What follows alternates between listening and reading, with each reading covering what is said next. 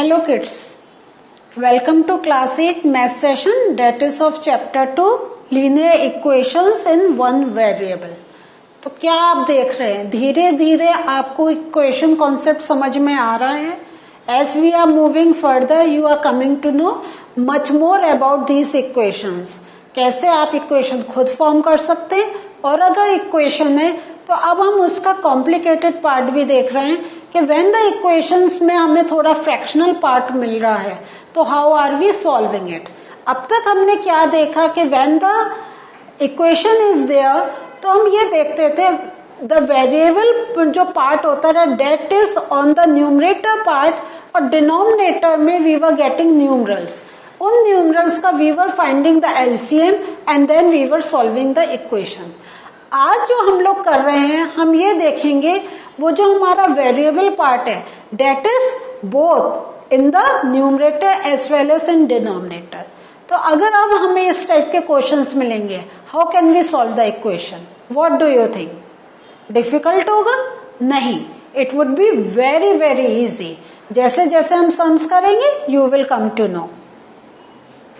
सो अब आपके सामने जैसा मैंने कहा था, देखिए ये क्वेश्चन है x plus 1 upon 2x plus 3 is equal to 3 upon 8। So now the variables are in numerator as well as in denominator. How will you solve this? इसका बहुत सिंपल मेथड है। हमारा जो होता है हम इज इक्वल टू के इधर वी क्रॉस मल्टीप्लाई, ठीक है। यहां से हम इसको इससे मल्टीप्लाई करेंगे and this will get multiplied by this number. So should we start doing our work? Yes. तो हम इसको 8x plus 1 is equal to 2x plus 3। बस आपके सामने अब इक्वेशन है, you have to open the bracket and solve it। 8x plus 8 is equal to 6x plus 9। ये तो आपको मालूम है कि when the numeral is outside the bracket, when we open the bracket we multiply the numbers। So variable on one side and numerals on the other side। अब तो आपको practice हो गई है कि we change the signs when we are moving from either side of the bracket।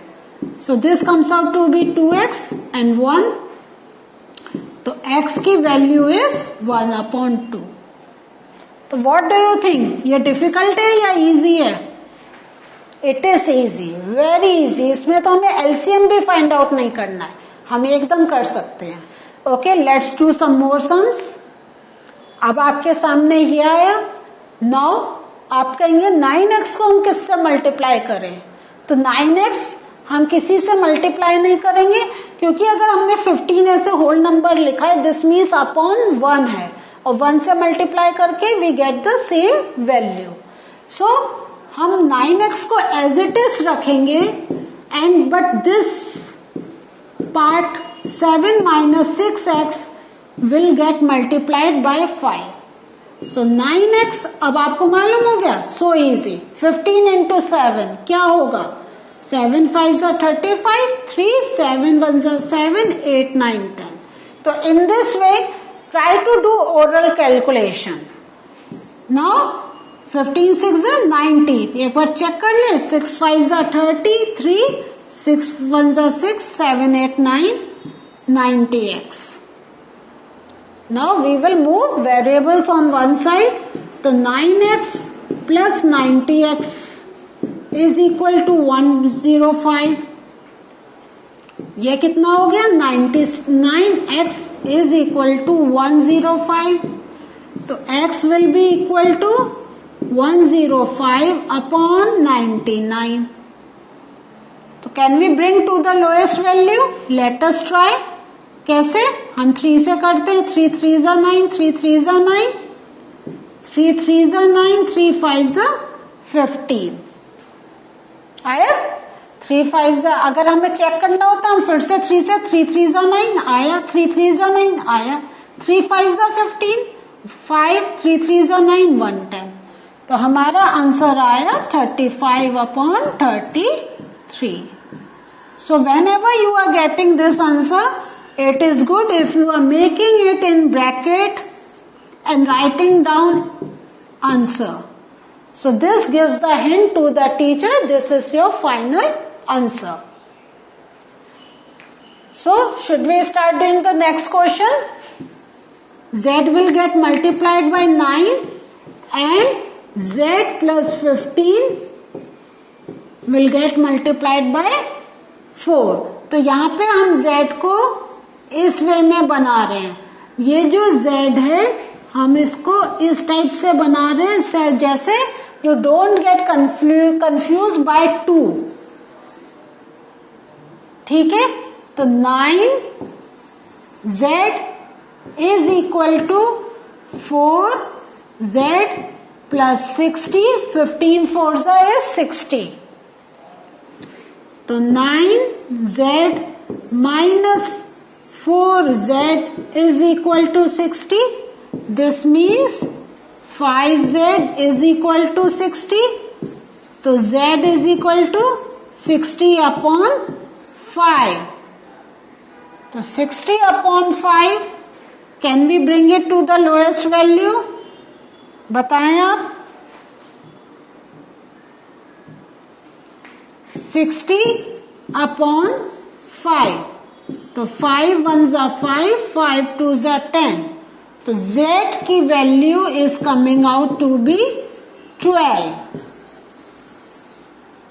सो हमारा ये answer आया. हमने लिखा, हमारी स्पेस कम है तो हमने नीचे लिख दिया ANS.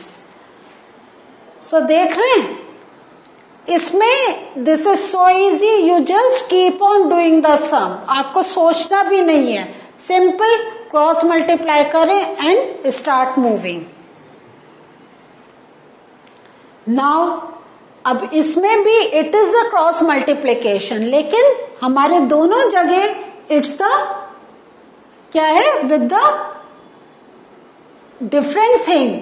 जो हमारे वेरिएबल्स हैं एट न्यूमरेटर एंड डिनोमिनेटर, तो हम करेंगे 5 को 3y plus 4 will get multiplied and -2 से we will multiply 2 - 6y. So when we open the bracket, 15y plus 60, no, 5 4s is 20. So देखें आप कभी कभी जब जल्दी में करते हैं आपकी मिस्टेक हो सकती है, तो लेकिन if you are alert you can catch your mistake. तो 2 6 are 12, minus into minus is plus, that's why 12y आया. तो 15y, यहाँ पे हम 12 को शिफ्ट कर देंगे तो -12y, -4 एंड -20. तो 15 - 12 is 3y and this comes out to be 24. तो y will be equal to -24/3 means 8. तो y is equal to -8. Answer. सो इसमें आपको साइंस का बहुत ज्यादा ध्यान रखना है. हमारे मैथ्स हमेशा is very much dependent on the science. So जितना आप साइंस पे कॉन्शियस रहेंगे, और कभी अगर आपको कंफ्यूजन लगता है, चेक इट अगेन. जब आप नंबर शिफ्ट कर रहे हैं आपने ठीक वैल्यू रखी है या नहीं रखी है. देखिए अगर आपने -2 नहीं लिखा होता तो यहाँ पे आपने -12 लिख दिया होता, क्योंकि minus into minus, that's why we are getting plus का 12y. लेकिन ये 12y जब यहाँ पर आ रहा है इट इज बिकमिंग -12y. तो in this way you have to be very alert with your working and with your concepts. So अब मैं जैसे ये सम कर रही हूं, आई वॉन्ट यू टू, ये मैं थोड़ा स्लो करूंगी तो आप इसको आप साथ साथ में सोचें हम कौन से नंबर्स कहां लेकर जा रहे हैं. सो 3. अब इसके साथ हम क्या नंबर लिखेंगे? Yes, 7y + 4. अब क्या करेंगे? इक्वल टू नाउ क्या नंबर आएगा? -4। -4 के साथ क्या नंबर आएगा ब्रैकेट में? y + 2। जहां आपने ये बना लिया, this means you are on the right track. Now you can do the sum. So I am open करेंगे। यस, नेक्स्ट हम क्या मल्टीप्लाई करेंगे? 3 और 4 क्या आया? 12। इसके बाद 4 को y से मल्टीप्लाई करा, -4y, एंड 4 को 2 से मल्टीप्लाई करा, -8। -8 या +8? -8, because minus into plus is minus. So 21y, we are moving 4y here, तो -4y को शिफ्ट कर रहे हैं, इसलिए 4y, -8 एंड -12। सो ये क्या हो गया? 25y, एंड ये कितना हुआ? 8, 9, 10, तो ये आया हमारा 20। तो y is equal to -20 upon 25। We can bring it to the lowest value. Yes, so final answer is y is equal to -4 upon 5। जैसा मैंने बताया, mark it in bracket, write down answer, so that your teacher knows what have you done and which is your answer. So kids, this was the learning. ये आपको interest आया? कैसे हम quickly, ये तो बहुत ही इजी गया हमारा, कि हमारे फ्रैक्शंस हैं, हम उनको क्रॉस मल्टीप्लाई कर रहे हैं and we are writing down the answer. लेकिन हमारे जब न्यूमरल्स होते हैं, then it is good if we take with the LCM की वैल्यू। लेकिन जैसा अगर आपको ऐसे क्रॉस मल्टीप्लिकेशन का आ गया है, तो आप with numerals also you can do this. So it depends on you, आपको कौन सा मेथड पसंद आ रहा है, and you can follow that method. It is not that कि यही मेथड से सॉल्व करना है, बट इन कुछ क्वेश्चंस होते हैं जिसमें आपको स्पेसिफिक मेंशन होता है, यू हैव टू डू या you have to solve this sum with this particular method. लेकिन जब हम वो एल्जेब्रिक फॉर्म करेंगे, then I will tell you. So अभी के लिए हमारा ये सेशन यही एंड हो रहा है। नेक्स्ट सेशन में हम थोड़ा सा इस चैप्टर का एक पार्ट बचा है, we are going to do that. वो पार्ट क्या है? जिसमें अभी जो आपने एक लीनियर इक्वेशन फॉर्म करनी स्टार्ट करी थी, अब आप कैसे फ्रैक्शनल जो इक्वेशंस है you can form on your own, और देन यू कैन सॉल्व जैसे हम अभी सॉल्व कर रहे हैं। But that will be in the next session. उसके से पहले इन क्वेश्चंस की आप बहुत अच्छी प्रैक्टिस करें, ठीक है? We are going to meet in next session. Till then, take care, bye.